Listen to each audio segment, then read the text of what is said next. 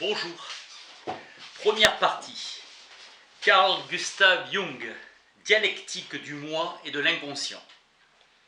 Si l'inconscient est, tout gravite, tout tourne autour des relations qui se sont instaurées et qui existent entre le moi et l'inconscient. Cet inconscient est l'adversaire, toujours fuyant et invisible, dont le moi cherche à se dégager. La confrontation du moi et de l'inconscient ne constitue-t-elle pas le phénomène princeps de la dialectique vivante? Que faire de cet inconscient? Comment se comporter en face de lui, se demande Jung. Le dialogue entre le moi et l'inconscient est universel.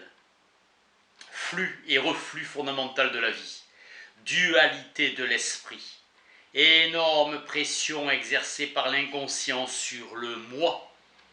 L'inconscient est une machine vitale, un conscient dont le moi est le sujet. Un inconscient personnel avec tous les éléments refoulés du conscient. Un inconscient collectif, commun à toute l'humanité, origine des images mythiques. Cet ouvrage est né d'une conférence publiée en 1916 sous le titre « La structure de l'inconscient ».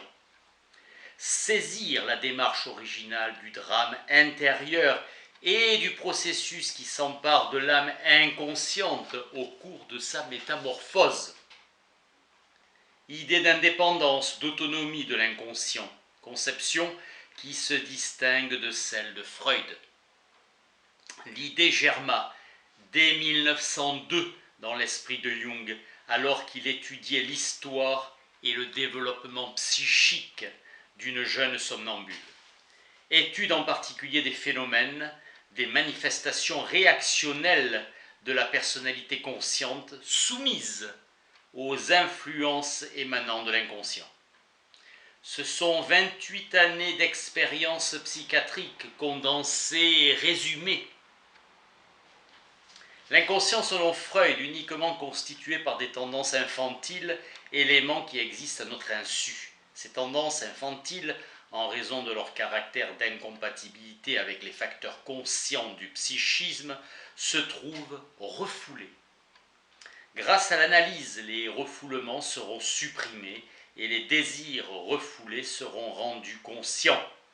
L'inconscient a d'autres modes d'existence, non seulement les contenus refoulés, mais aussi les matériaux psychiques qui n'ont pas atteint l'intensité qui leur permettrait de franchir le seuil du conscient.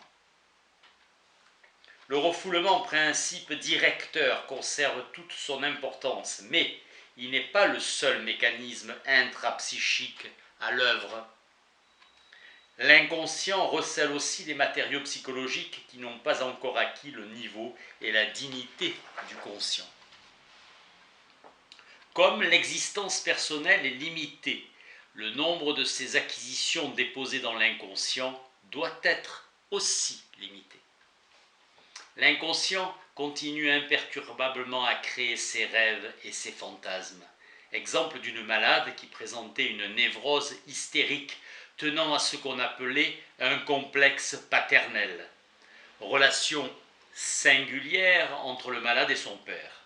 Circonstance qui suscite souvent un développement privilégié des fonctions intellectuelles. La malade étudia la philosophie, ardent besoin de connaissances transformé en un levier pour surmonter les liens sentimentaux. Dans le cas de notre malade, la transition ne parvenait pas à s'établir. Dans l'impasse, il faudra une motivation extérieure ou l'apparition d'un thème nouveau pour rompre le pseudo-équilibre maladif dans lequel le malade se trouve enfermé. Ainsi, le médecin assimilé au père et à l'homme aimé devient l'objet du conflit. Il faudrait être un demi-dieu pour pouvoir assumer un pareil rôle. Solution idéale du malade en état de transfert. Un transfert réussi peut faire disparaître tout le tableau symptomatique de la névrose. Freud a discerné dans le transfert un facteur thérapeutique de première dignité, annonciateur de possibilités de guérison sans être lui-même en soi la guérison. Et maintenant, que faire? J'étais devenu pour le malade, au suprême degré, un sauveur, et l'idée qu'elle pourrait devoir me quitter, m'abandonner, lui semblait insupportable et effrayante.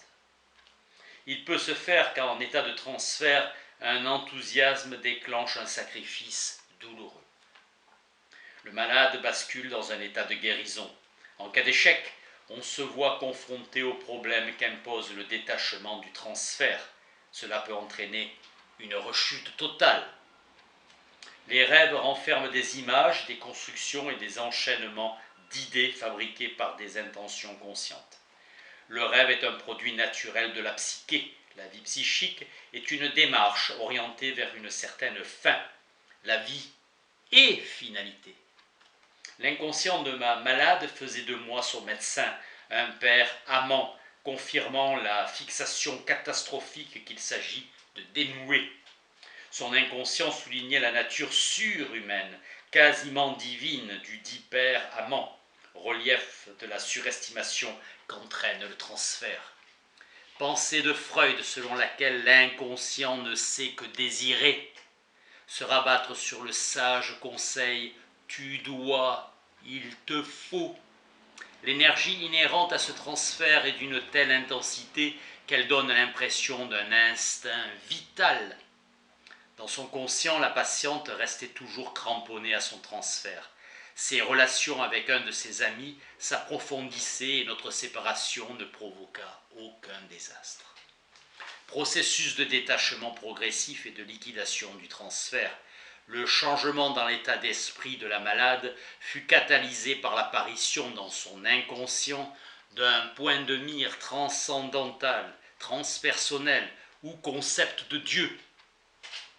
La formule « Dieu est esprit » où l'esprit est exprimé par le mot « pneuma » qui signifie « vent ». Dieu est le vent, un souffle invisible plus puissant que l'homme. En hébreu, « rué » signifie respiration et esprit. Découle la nécessité de distinguer dans l'inconscient un plan que l'on peut dénommer l'inconscient personnel. Ce sont les qualités morales d'un être qui l'amènent à assimiler son soi inconscient et à le maintenir conscient. Quiconque progresse sur la route de la réalisation de son soi inconscient rendra conscient les contenus de l'inconscient personnel. Contenus désagréables, refoulés, souvenirs, désirs, tendances, projets. L'analyse des rêves permettra d'aller plus en avant. La connaissance de soi-même, dont tous les sages escomptent les meilleurs effets, agit diversement selon les caractères. À cela s'ajoutent des images d'archétypes revivifiées, images originelles, vieux modes de pensée primitifs et analogiques vivant dans nos rêves. Structure congénitale qui polarise le déroulement mental. L'inconscient détient des matériaux personnels et des facteurs impersonnels, collectifs, sous forme de catégories héritées. L'inconscient renferme dans ses couches profondes des matériaux collectifs, un inconscient collectif. Certains sujets édifient une conscience d'eux-mêmes et un sentiment de leur moi, d'autres se sentent écrasés par les contenus de l'inconscient. Euphorie de la confiance pour les uns, ou renoncement à assumer quoi que ce soit pour les autres. Derrière la confiance optimiste se cache un désarroi profond, camouflé et compensé. Quant au résigné, cela recouvre mal une volonté de domination et d'affirmation de soi-même, une nuance donnant une idée plus juste de la réalité. L'analyse et la prise de conscience de contenus inconscients font qu'il se crée chez l'analysé une certaine tolérance, grande sagesse qui entraîne des conséquences, beau geste plutôt que sagesse. Les connaissances qu'un sujet acquiert en cours d'analyse lui révèlent nombre de choses qui existaient en lui à son insu, lui étaient inconscientes. Persona désigne le masque que porte le comédien, fragment de la psyché collective. Ce masque dissimule une partie de la psyché collective dont elle est constituée et donne l'illusion de l'individualité. En analysant la persona, nous soulevons le masque, masque d'un assujettissement général du comportement de la psyché collective. La persona n'est rien de réel, elle n'est qu'une formation de compromis entre l'individu et la société.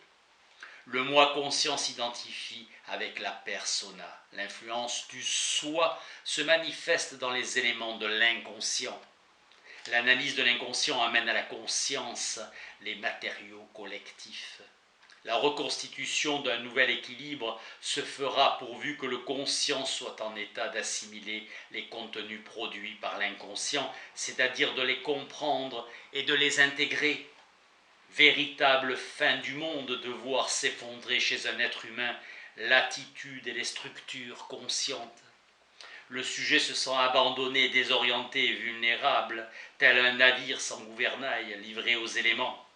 L'expérience montre que l'être abandonné par son conscient est retombé dans ses plans inconscients collectifs qui assument dorénavant la direction.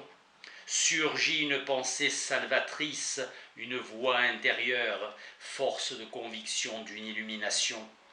Des convictions morbides s'installent dans l'esprit du malade et en prennent possession.